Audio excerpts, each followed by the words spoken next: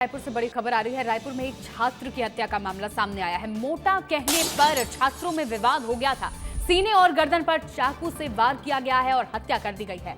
मारपीट में आरोपी छात्र घायल बताया जा रहा है। स्कूल की छुट्टी के बाद वारदात को अंजाम दिया था और ये पूरी घटना इसलिए हुई क्योंकि छात्र को मोटा कहा गया था। तिल्दा के सासा होली के स्कूल का ये पूरा मामला है। स्कूल की छुट्टी के बाद वारदात को अंजाम दिया गया है। गुस्साए छात्रों ने एक दूसरे पर हमला कर दिया और इसमें एक छात्र की मौत की खबर सामने आई है। सीने और गर्दन पर चाकू से हमला किया गया जिसकी वजह से छात्र की मौत हो गई है। वहीं जो आरोपी छात्र है वो भी घायल बताया जा रहा है। देखिए, छोटे छोटे बच्चे हैं, ये स्कूल में पढ़ने वाले छात्र हैं, लेकिन बात सिर्फ इतनी थी कि मोटा कहा गया था। इस पर जो मृत छात्र है उसको गुस्सा आया। दोनों ही छात्रों के बीच विवाद हो गया और इसके बाद ये विवाद हत्या का रूप लेता नजर आया। हमारे साथ हमारे सहयोगी सात्विक जुड़ गए हैं। सात्विक, मोटा कहने पर पूरा विवाद शुरू हुआ और देखिए हत्या भी कर दी गई है, क्या जानकारी?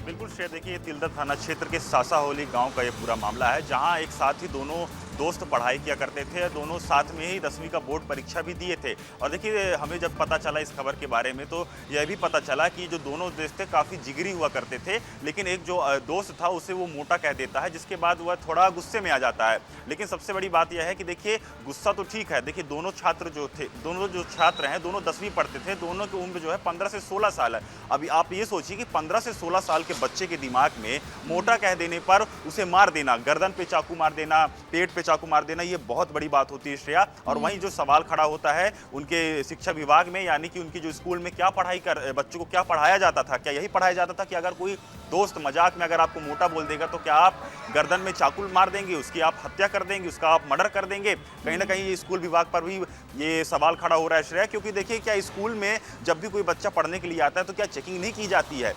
चेकिंग करना इसीलिए जरूरी है कि क्या उसके पास कोई धारदार हथियार या फिर पिस्टल जैसी कोई चीज़ें तो नहीं है। तो ये जो सवाल है बहुत गंभीर है। और यहाँ पास जो एक छात्र ने जो दूसरे छात्र की हत्या की है, उसे लेकर के जो परिजन है तिल्दा क्षेत्र के, उनके परिजन भी रो रो कर उनका बुरा हाल है और वह भी आरोप लगा रहे हैं कि इस घटना के पीछे स्कूल वालों की जिम्मेदारी है, क्योंकि उन्होंने ध्यान नहीं दिया। आखिर एक बच्चे के हाथ में इतना धारदार चाकू आया कैसे? ऐसे तमाम बड़े सवाल खड़े हो रहे हैं श्रेया। और कहीं ना कहीं देखिए, जो 10वीं में दोनों छात्र पढ़ते थे, उनके अगर देखिए बुद्धि की बात की जाए, देखिए 15 और 16 साल के बच्चे के अंदर कितना दिमाग होता है। वह 10वीं में पढ़ रहा है, उसे क्या पता कि मर्डर क्या होता है, उसे क्या पता कि चाकू अगर हम मार देंगे तो उसकी सामने वाले की मौत हो जाएगी। तो कहीं ना कहीं ये स्कूल विभाग के ऊपर भी सवाल खड़ा कर रहा है। आखिर वहाँ के जो प्रिंसिपल थे, बच्चे के बैग में क्या था इसकी जांच नहीं की गई।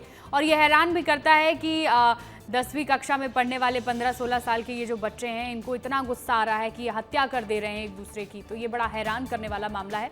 सात्विक, बहुत शुक्रिया जुड़ने के लिए।